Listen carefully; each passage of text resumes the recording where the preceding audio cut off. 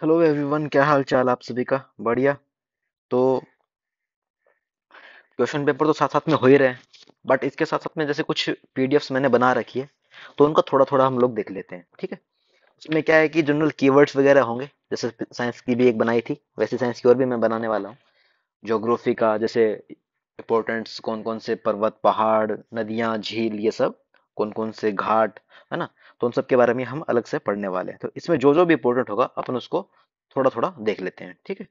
आ जाओ फिर, ये लगभग 30-35 मिनट तक हम बात करेंगे। इसके बाद में जैसा भी होगा वो देखते हैं। तो ये पहला जो अपने सबसे पहले क्या कि स्थल और साक्ष्य के बारे में बात हो रही है कि इसमें से कौन सा स्थल है, वहां पे किस किस कौन कौन से साक्ष्य प्राप्त हुए हैं, ठीक है। तो इसमें सबसे पहले देखिए आप लोग, ठीक है, हाथी दांत का स्केल वो कहाँ पे, लोथल में, ठीक है। तो आपको ये ध्यान रखना है कि हाथी दांत का जो स्केल है वो कहाँ पे मिला है, लोथल में मिला है। वहीं कालीबंगा, तो कालीबंगा हमेशा इंपॉर्टेंट होता है क्योंकि यहाँ पे जुता हुआ खेत मिला था, अग्नि वेदिकाएं मिली थी जो यज्ञ का सबूत देती हैं, खांचे, नगर दुर्ग और निचली बस्तियां कहाँ पे मिली थी, कालीबंगा के अंतर्गत मिली थी। इसके बाद में देखिए मोहनजोदाड़ो। मोहनजोदाड़ो में सबसे इंपॉर्टेंट क्या है, नर्तकी की मूर्ति, नाचने वाली की मूर्ति, ठीक है। इसके अलावा बड़े बड़े अन्नगार, घोड़े की मूर्ति, ठीक है, मिट्टी से बनी हुई। इसके अलावा पट्टेदार जल निकास, ठीक है। तो जल निकास की व्यवस्था हमें कहाँ से मालूम पड़ता है, मोहनजोदाड़ो से। कालीबंगा से हमें जुता हुआ खेत, अग्नि वेदिकाएं, खांचे, नगर दुर्ग और निचली बस्तियां, ठीक है। इसके बाद में इसको छोड़ दीजिए, सुतकेंगे दौर को, हड़प्पा को भी छोड़ दीजिए, घोड़े का जीवाश्म इसको भी छोड़ दीजिए आप। तो पक्की मिट्टी का जो हल है, पक्की मिट्टी का हल, वो बनावली, ये कहाँ पे है, ये है हरियाणा में। बनावली कहाँ है, हरियाणा में। वहां पे क्या मिला है, पक्की मिट्टी का हल मिला है हमको, ठीक है। इसके बाद में ये सब इतना इंपॉर्टेंट है नहीं। बुर्ज होम कहाँ पे स्थित है, ये आपको ध्यान में रखना है। बुर्ज होम पे यूपीएससी एक बार क्वेश्चन पूछ चुकी है, ऑप्शन में था ये। तो बुर्ज होम जो कहाँ है, वो कश्मीर में है। कहाँ पे है, कश्मीर में है, ठीक है। इसके अलावा कालीबंगा, कालीबंगा जो राजस्थान में है, घग्गर नदी के पास स्थित है। और बीबी लाल और बीके थापड़ ने इसकी खुदाई और इसकी खोज की थी, कब, 1961 में, ठीक है। राजस्थान के हिसाब से इंपॉर्टेंट हो जाता है। हड़प्पा सभ्यता के प्रमुख स्थल, हड़प्पा, रावी, रावी नदी कहाँ, पंजाब में स्थित है। मोहनजोदड़ो सिंधु कहाँ, पाकिस्तान प्रांत में स्थित है, ठीक है। तो हड़प्पा की खोज किसने की थी, दयाराम साहनी ने। किसने की थी, एच की खोज किसने की, डी ने, यानी हड़प्पा की खोज किसने थी, की थी दयाराम साहनी ने। तो आप इसको एच डी से याद रख सकते हो, ठीक है। और एम आर से याद रख सकते हो आप किसको, मोहनजोदाड़ो को, जिसकी खोजकर्ता कौन थे, राखलदास बनर्जी थे, ठीक है। कालीबंगा कौन थे, के बी बी, ठीक है, के बी बी। जैसे आप केबीसी याद रखते हो वैसे के बी बी याद रखो। कालीबंगा, बीबी लाल, वीके थापर, बीबी लाल बीके थापर, ठीक है। इसके अलावा हड़प्पा का क्या हो गया, दयाराम साहनी हो गया। मोहनजोदाड़ो राखलदास बनर्जी हो गए। 1922 में इन्होंने इसकी खोज की थी, ठीक है। अब देखो थोड़ा सा इंपॉर्टेंट, मोहनजोदाड़ो है वो सिंधु नदी पर स्थित है, कि मुहाने पर स्थित है, ठीक है। हड़प्पा रावी से संबंध है, और कालीबंगा जो कि राजस्थान में हनुमानगढ़ जिले में स्थित है, वो घग्गर नदी के पास स्थित है। तो ऋग्वेद में सब किन किन पशुओं का उल्लेख हो, ये भाई इंपॉर्टेंट हो जाता है, ठीक है। तो ऋग्वेद में किन किन पशुओं का उल्लेख मिलता है, तो यह गाय, भैंस, हाथी, ऊंट, बैल, कुत्ता, सुअर, गधा और हिरण का। तो ये यहाँ पे इंपॉर्टेंट हो जाता है। तो ये आपको याद में रखना है कि ऋग्वेद में किस किस का जानवरों का उल्लेख मिला है। तो लगभग सभी है जो आप वेल नोन हो इन सबसे, तो गाय, भैंस, घोड़ा, हाथी, ऊंट, बैल, कुत्ता, सुअर, गधा और हिरण, ठीक है। इसके बाद में थोड़ा आगे आ जाओ। ऋग्वेद काल में कुछ नदियां, उनके आधुनिक और प्राचीन नाम क्या है उसको देख लेते हैं। इंपॉर्टेंट होंगे वही वही हम लोग देखेंगे, ठीक है। मैं ये सब काट देता हूँ जो काम की नहीं होंगे इतने,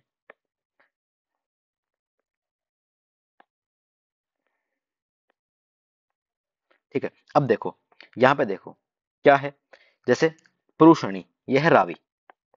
अब देखो इसमें र है, रू, और इसमें क्या है, रा। तो रू रा, ऐसे आप इसको याद कर सकते हो, रू रा, आर आर, ठीक है। पुरुषणी रावी, पुरुषणी रावी, पुरुषणी रावी। अब क्या है, अस्किनी चिनाब, अस्किनी चिनाब, अस्किनी चिनाब, ठीक है। क्या है, अस्किनी चिनाब के साथ लिंक है। इसके बाद वितस्ता झेलम, वितस्ता झेलम, विजय वितस्ता झेलम, वितस्ता झेलम। और विपाशा व्यास, विपाशा व्यास, विपाशा बासु, व्यास नदी, इस तरह से याद कर सकते हो, ठीक है। तो ये क्या हो जाएगा, विव, ठीक है। और ये क्या हो जाएगा, वीजे, वीजे यानी वितस्ता और झेलम। स्तूदरी जो है वो है किससे लिंक्ड है, सतलज नदी से, स्तूदरी सतलज, स्तूदरी सतलज। तो अब ये तो इजी हो गया, स और स का खेल है यहाँ पे। विपाशा का क्या है, विपाशा का क्या चिन्ह है, व्यास है, विपाशा व्यास, विपाशा व्यास, ये भी याद दिया जाएगा।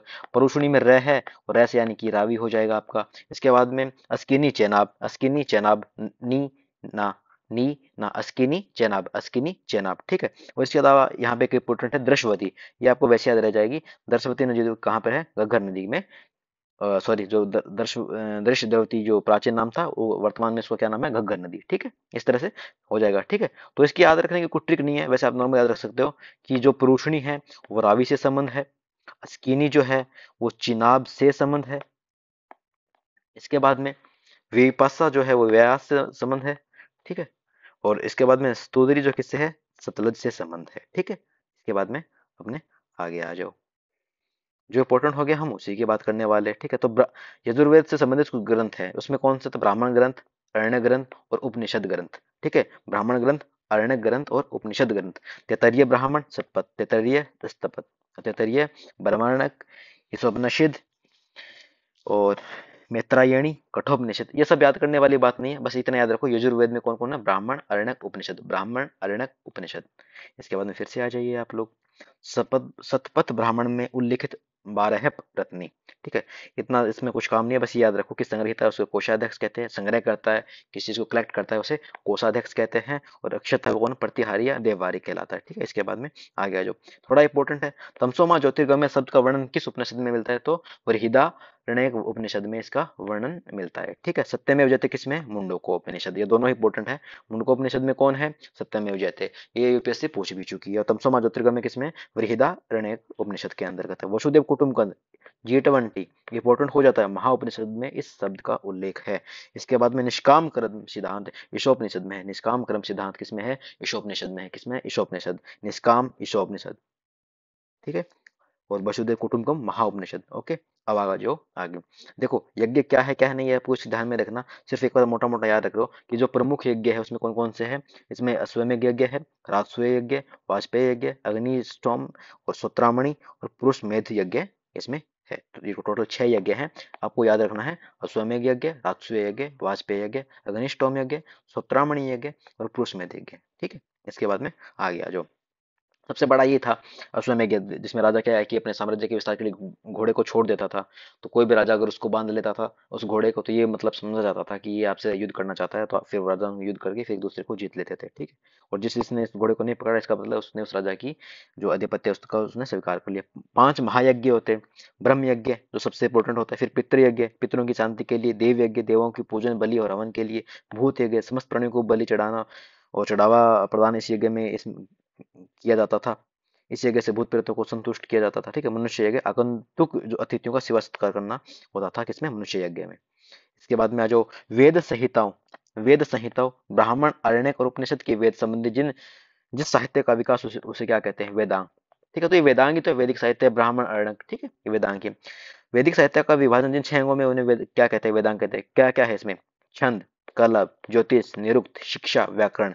अब कैसे, छंद यानी वेद के पैर हैं, कलप वेद के हाथ, ज्योतिष वेद की आंख, निरुक्त वेद के कान है, शिक्षा वेद की नासिका है और व्याकरण वेद का मुख है। तो क्या क्या है, पीछे बोलो, छंद, कल्प, ज्योतिष, निरुक्त, शिक्षा, व्याकरण। छंद, कल्प, ज्योतिष, निरुक्त, शिक्षा, व्याकरण। छंद, कल्प, ज्योतिष, निरुक्त, शिक्षा, व्याकरण। ठीक है, 16 संस्कार है हिंदू धर्म में।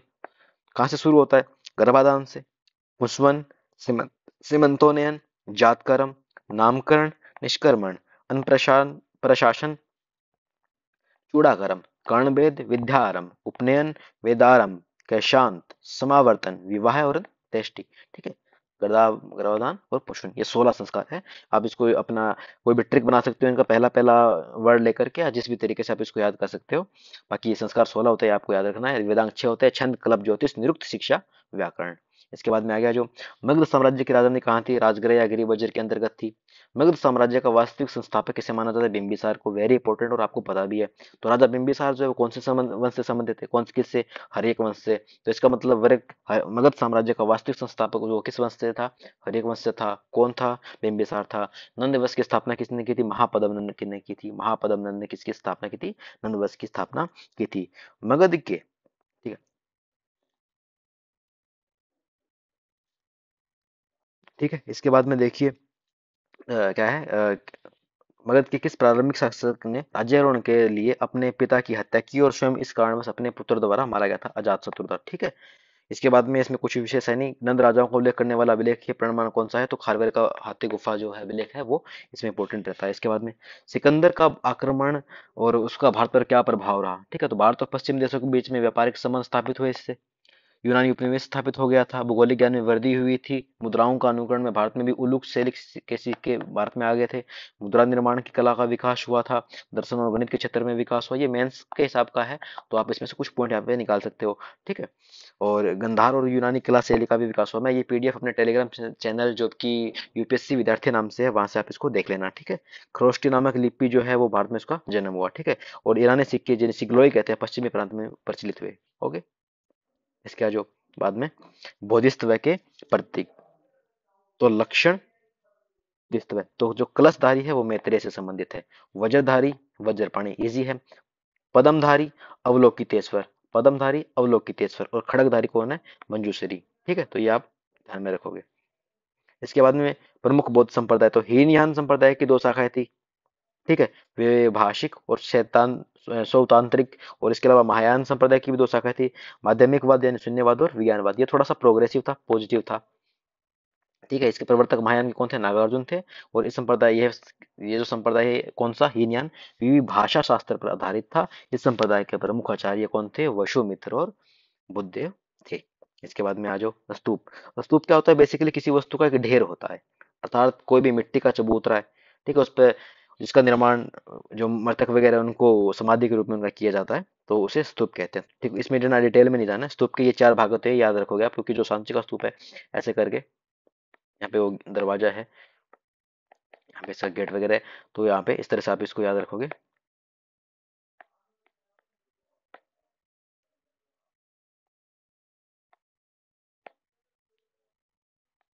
ठीक है, तो इसमें कौन सा होता है? वेदिका होता है, जो जिसका निर्माण जो है स्तूप के सबसे बाहरी हिस्से में स्तूप की सुरक्षा के लिए किया जाता है, ये वाला इधर से। इसके बाद में मेदी, जो कुर्सी होती है, मेदी पर स्तूप का प्रमुख हिस्सा निर्मित होता है। अर्ण, यह स्तूप का अर्धगोलाकार ये वाला हिस्सा होता है। हर्मिका इसके ऊपर होती है, जो स्तूप के शिखर बस्ती को रखा जाता था। छत्र, धार्मिक चिन्ह का ये प्रतीक होता है। सोपान, यह स्तूप की मेदी यानी कुर्सी पर चढ़ने उतरने की कुछ सीढ़ियां होती है, यहाँ पे सीढ़ियां कुछ होंगी, उन्हें सोपान कहते हैं, ठीक है। बौद्ध संगीत, या जितनी याद हो सके उतनी याद कर लो, कोई दिक्कत नहीं है। पर यहाँ पे जो है उसको अपन एक दो इसमें इंपॉर्टेंट है वो देख लेते हैं। तो पहली जो बौद्ध संगीति हुई थी वो कहाँ पे हुई थी? राजगृह के अंतर्गत हुई थी, ठीक है। और शासक कौन था? अजातशत्रु था। कब हुई थी? 483 ईसा ईस्वी ईसा पूर्व में, ठीक है। इसके बाद दूसरी कब कहाँ हुई? वैशाली में। तीसरी पाटलिपुत्र में। और चौथी कहाँ हुई? कुंडलवन में। इसको यहाँ पे ऐसे याद रखो, राजगृह, वैशाली, पाटलिपुत्र और कुंडलवन। आरवीपी के क्या? बौद्ध संगीत। ये कहाँ पे? आरवीपी के, राजगृह, वैशाली, पाटलिपुत्र, कुंडलवन। शासक कौन थे? राजगृह में जात शत्रु थे, वैशाली में कालाशोक थे, पाटलिपुत्र में अशोका थे और कुंडलवन में कनिष्क थे, ठीक है।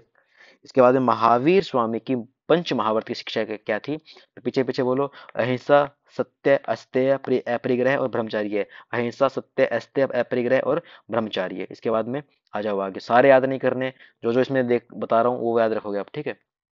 ऋषभ देव, वृषभ, ऋषभ याद रखोगे, ठीक है। इसके बाद में आप याद रखोगे विमलनाथ, विमलनाथ से वराह, विमलनाथ वराह, विमलनाथ वराह, विमलनाथ वराह, ठीक है। ये हो गया। मल्लीनाथ को आप याद रखो किससे? क्लश से याद रखोगे। और नेमिनाथ जी इसमें नीलकमल से याद रखोगे। सांप का पार्श्वनाथ से याद रखोगे, ये पूछा जा चुका है। और महावीर जी को किससे याद रखोगे? शेर से याद रखोगे। तो महावीर जी है वो कहाँ कौन से हो गए? शेर हो गए, सिंह हो गए, पार्श्वनाथ सांप हो गया, नेमिनाथ नीलकमल इनका प्रतीक है। मल्लीनाथ जी कलश हो गया, विमलनाथ जी वराह हो गए। और इसके बाद में ऋषभ जी जो है वो ऋषभ से संबंधित हो गए, ठीक है। चंद्र प्रभु चंद्र से हो गए। तो इस तरह से आप इसको याद कर सकते हैं। इसके बाद में आ जाओ, जैन धर्म में तीन रत्न, सम्यक दर्शन, सम्यक दान, ठीक है, सम्यक दर्शन, सम्यक ज्ञान और सम्यक आचरण। वास्तविक ज्ञान, सत्य में विश्वास, सांसारिक विषयों से उत्पन्न सुख दुख के प्रति संभाव है, वो हो गया। इसके बाद में जैन दर्शन, अनेकांतवाद और सप्तभंगीय या शयादवाद, यानी ये बहुरूपता का सिद्धांतवाद, अनेकांतवाद, मल्टीपल या डाइवर्सिटी की बात करता है, ये सापेक्षता का सिद्धांत कौन सा? शयादवाद, ठीक है। इसके बाद में जैन धर्म के अंतर्गत पांच महाव्रत या अणुव्रत है। अहिंसा, जीवों की हत्या नहीं करनी है, सत्य से बोलना है हमेशा, अपरिग्रह यानी आवश्यकता से अधिक अर्जन नहीं करना है, अस्त्य चोरी नहीं करना है, ब्रह्मचर्य यानी इंद्रियों को वश में करना है, ठीक है। इसके बाद में आ जाओ, तो यहाँ पे श्वेतांबर और दिगंबर जैन धर्म के दो संप्रदाय है, ठीक है। जैसे श्वेतांबर और दिगंबर, श्वेतांबर जो होते हैं वो जो सफेद कपड़े पहनते हैं, और दिगंबर होते हैं वो जो कपड़े नहीं पहनते हैं, ठीक है। तो ये श्वेत वस्त्र पहनते हैं और ये नंगे रहते हैं। ये स्त्री, इसमें स्त्री भी मोक्ष को प्राप्त कर सकती है, इस मत करना स्त्री के लिए मोक्ष संभव नहीं, किसमें? दिगंबर में। ठीक है, क्योंकि इसमें फिर कपड़े कपड़े वाला वो थोड़ा सा सीन रहता है, तो उसमें उस हिसाब से बोलते हैं। इस मतलब सारे लोग ज्ञान प्राप्ति के लिए भोजन ग्रहण में विश्वास करते हैं, और दिगंबर ये कहते हैं कि आदर साधु भोजन ग्रहण नहीं करता। ये मतलब थोड़ा सा हार्ड, काफी हार्ड लेवल का ये तपस्या करते हैं। कौन? दिगंबर। 19वें तीर्थंकर श्वेतांबर में कौन थे? मल्लीनाथ जी थे। और दिगंबर में कौन थे? मल्लीनाथ जी इसमें जो थे वो पुरुष थे, और श्वेतांबर में मल्लीनाथ जी को स्त्री माना गया है। ठीक है। इस मत के अनुसार, कौन से मत के अनुसार? श्वेतांबर ये कहते हैं कि महावीर जी है जो है वो, महावीर स्वामी जो है वो विवाहित थे, जबकि दिगंबर ये मानते हैं कि महावीर स्वामी जी जो है वो अविवाहित थे। और श्वेतांबर कहते हैं जो प्रारंभ में मगध श्वेतांबरों का केंद्र था, मगध ये श्वेतांबरों का केंद्र था, बाद में क्या हुआ, मथुरा उज्जैन और गिरनार केंद्र बने थे। जबकि वहीं दिगंबर जो है वो पूर्वी भारत में पुंड्रवर्धन तथा दक्षिण भारतीय कर्नाटक दिगंबर संप्रदाय के केंद्र थे। ठीक है। तो ये इतना हो गया। इसके बाद में अपन बाकी जो है बाद में देखेंगे। ठीक है, एक बार इतना बहुत है, बाकी बाद में।